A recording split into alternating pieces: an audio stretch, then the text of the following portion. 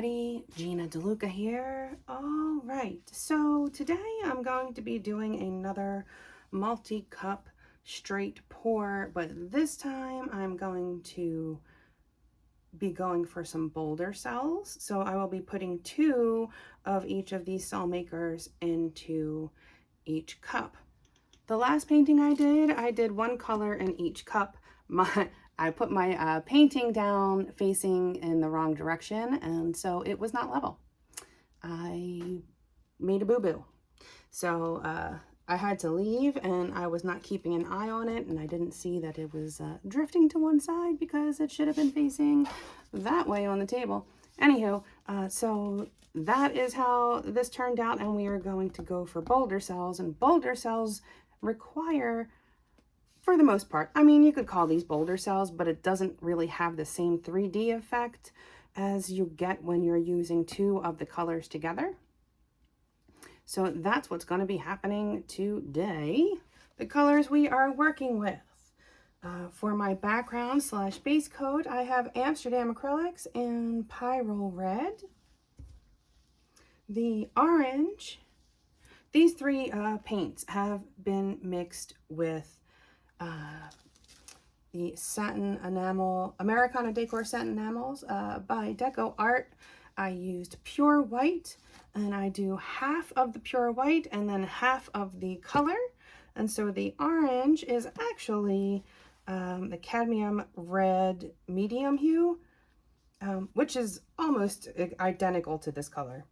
But it's a very orange red, and so it actually appears more orange once it's lightened up.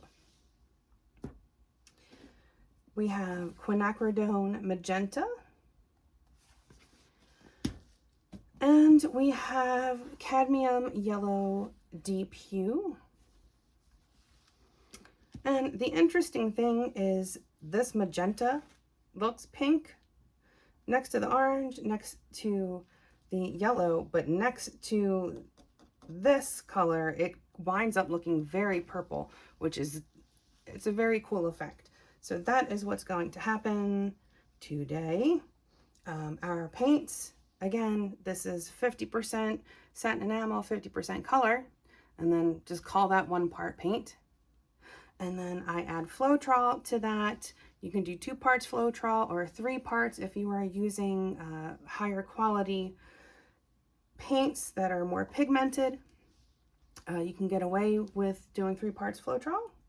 And we do that until we get the consistency that we are looking for, which is, this is about a 2 on my consistency scale. It is making a mound, but it is disappearing quickly. It's making a nice, thin, even stream off of my stick. If it's getting thick and then thin and thick again, your consistency is inconsistent and you need to keep mixing. Before we get started, have you seen the Fluid Art inspiration cards? If you have, you can fast forward about a minute, but if you have not, what we have are 52 cards. There are 42 technique cards, and each technique card has an associated video here on YouTube that gives you the exact paint, brand, color, consistency, the recipe, all of the things that I can't fit onto a card. This is a picture of the painting in this particular video. This box contains a tip for this technique. And here at the bottom, you have the color palette that was used in this painting.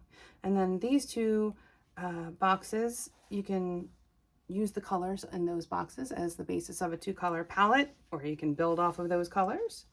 And there are 8 bonus color palette cards. Each one has 5 color palettes. You can use all of the colors or just some of the colors. Mix and match the bonus color palette cards with the technique cards, and you have more combinations than you could ever paint in a lifetime. These are available at my website, ginadeluca.net, and also at amazon.com. All right, the first thing I'm going to do is put some of my base coat / background into these cups. These will be my pouring cups. I want to make sure that I have enough paint for my pouring cups.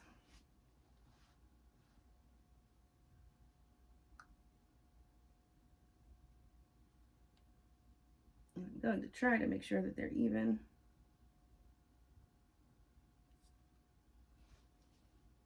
All right, now I'm going to lay down a base coat, and I am going to be reserving some of this paint to go on top of each of my pour cups.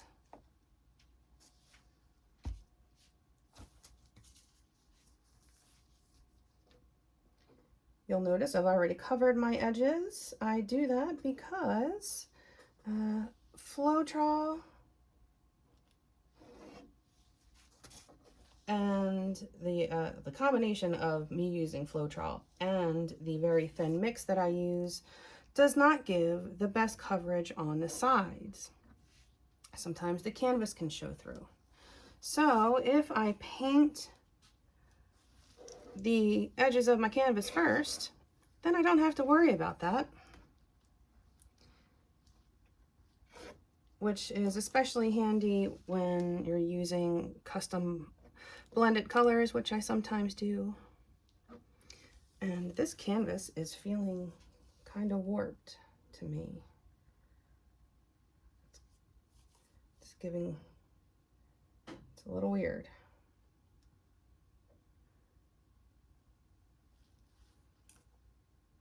And the reason that we lay down a base coat is because we want the paints to slide around easily and evenly.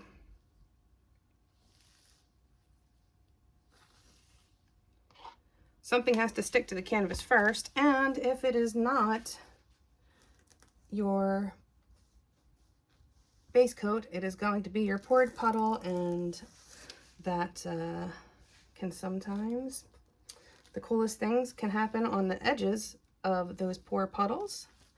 And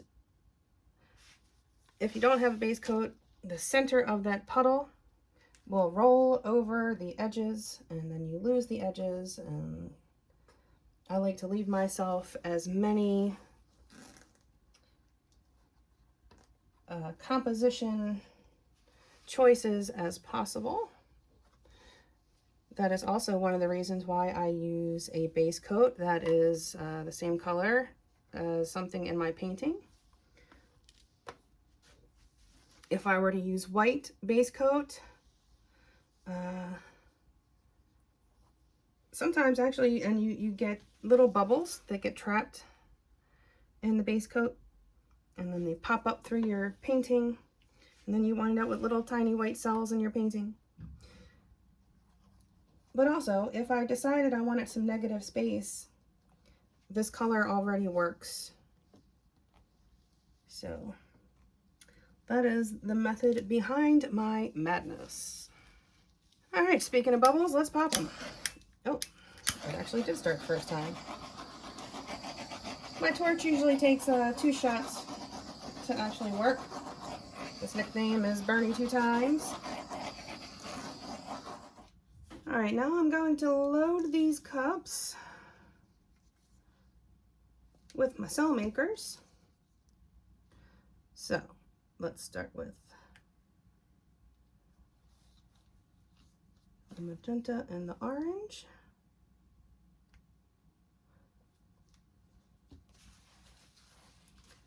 And then I'll do magenta and yellow here.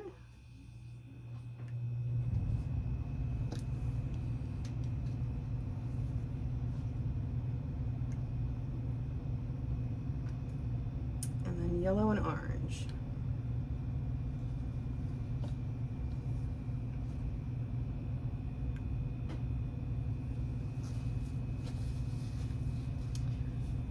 And then I'm going to cover the top. I feel like I still use too many cell makers. We'll see. It's probably just going to cover the canvas and cells, which is not a terrible thing, but I'm really hoping to keep some of this background color. Let's make a mess, shall we? I'm going to start with the 2 outer ones and then do the one in the center. So, here we go.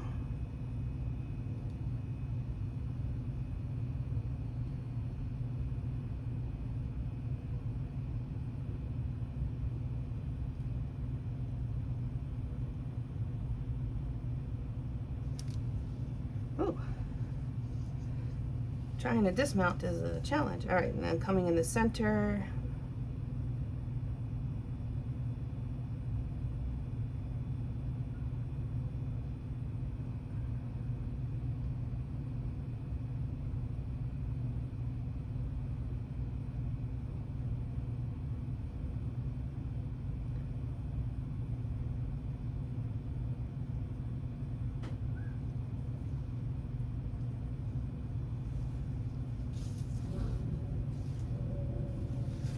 All right, I am just gonna shift this back and forth a little bit to try to get these puddles to blend in together a little bit. Spread it out along the canvas a little more so it all doesn't just run off the sides.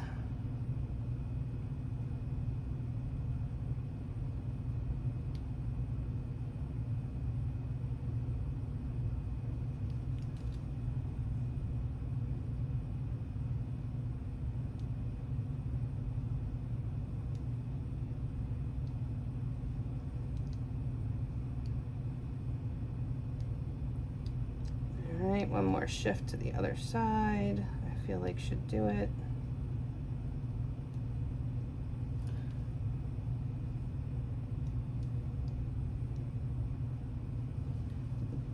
All right. It has already started going over the sides. You know, that happens. It's happening. So be it. All right, let's pop some bubbles.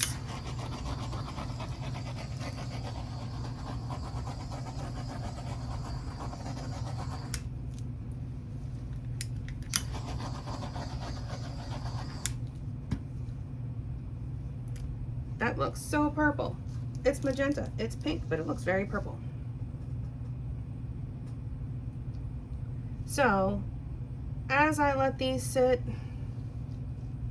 more cells will pop up, and the longer I let it sit, the bigger those cells will get, because there is a hydrophobic effect that takes place between matte and gloss paints, and the satin enamel is matte, and the Amsterdam is glossy.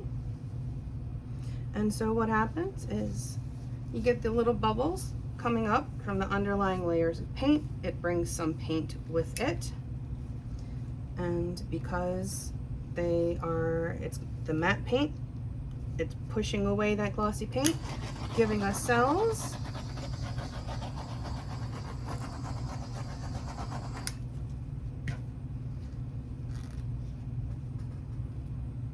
Interesting that the orange has not made much of an appearance here.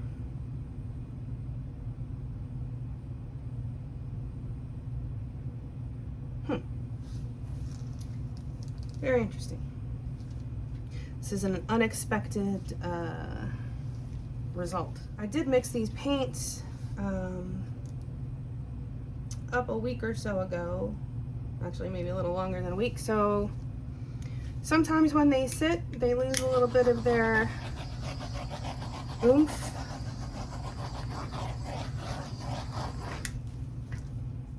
All right, I think I'm just going to give this a tilt. Which way do I go? Actually, let me zhuzh up these corners a little bit. The corners can set up on you as they sit. It's always the corners that dry up first.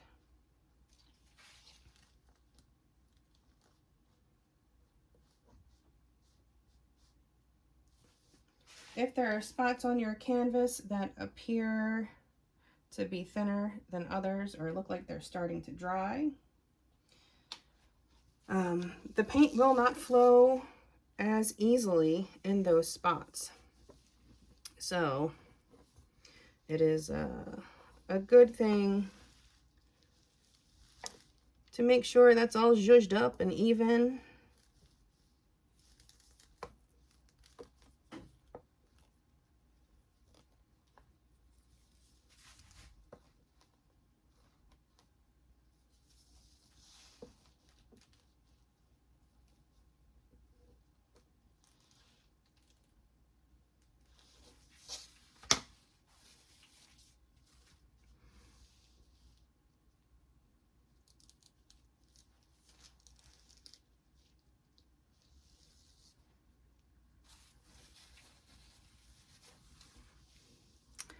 All right, let's give her a tilt.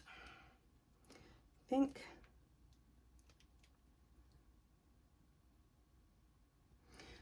think I'm going to go this way first. So I'm going to push the weight of the paint to one side and then try to hit that corner and try to bring it back a bit and hit that other corner.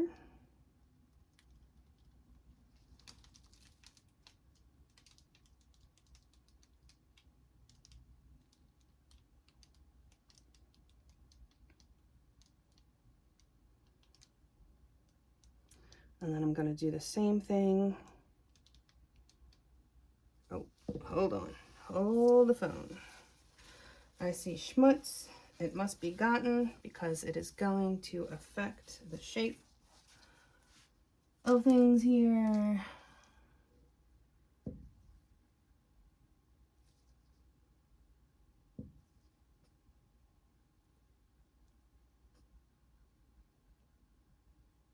Come here. There you are.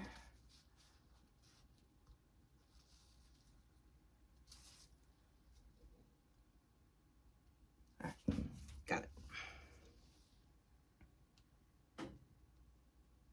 If you have a piece of schmutz stuck in your paint, the schmutz won't move, but the paint will move over top of it, and so you wind up with some misshapen cells, or your lines get messed up.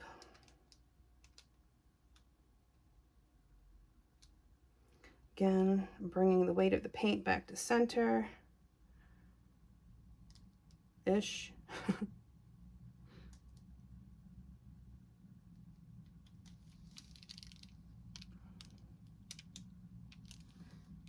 Okay. Now, to adjust the composition. So right now the weight of my paint is right around here. And I'm going to use that to straighten out that line. And then I'm going to go over the edge a bit. Go, go, go, go, go.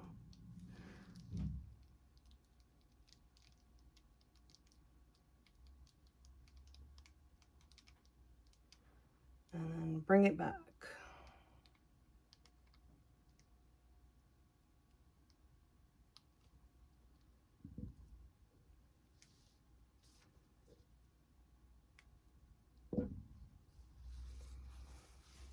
All right, well, is this what I envisioned? No, it is not. Is that okay? No, it is not. Oh, I'm just kidding. It's fine. This is, you know, part of the fun is experimenting. This was an experiment.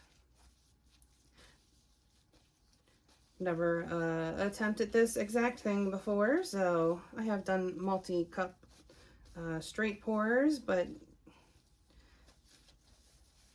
not with this particular thing in mind. It is wild to me how purple that magenta ends up being next to this Pyrole Red.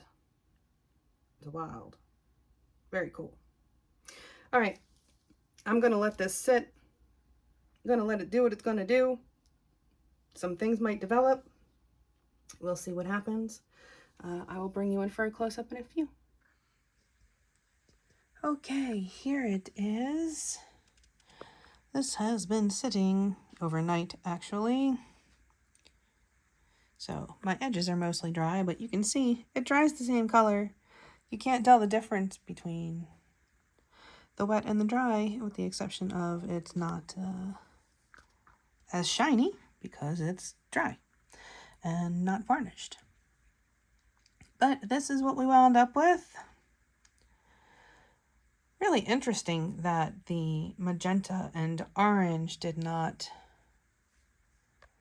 do much in the way of cells. The yellow was the big winner here, but as you saw earlier, all of the colors created cells in the last painting. So sometimes too, it's the background color that you use, but I've also used this background color with these colors and got some really cool cells. So, you know, sometimes it does what you expect it to do and sometimes it does not.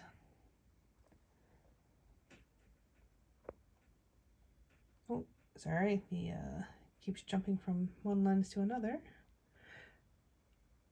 But that's what we wound up with, and that magenta against that Pyrole Red is a really cool combo.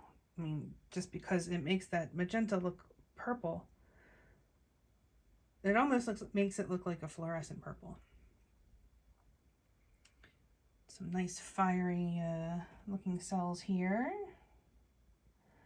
Some really pretty glow. But there it is. I hope you enjoyed. I hope you learned something. I look like a turkey or a vulture. Yeah, hope you enjoyed. Hope you learned something. Please do like, share, subscribe, comment, all of those things that, you know, are required to get into that algorithm. If you are subscribed and you have not been receiving notifications of me putting new content up, make sure you have clicked that bell. And if you already have, maybe you need to unclick it and click it again, or unsubscribe and resubscribe. I have no idea. Did that just land in there? I have had this covered up the whole time and something just landed in it. Ugh. That was not there earlier. Okay, well, there's... Yay! I'm gonna have to... Now see, here's the thing. Because there's already a skin, here's a good teaching moment for those who stay until the end. Let's see if I can get you to see. Okay, so...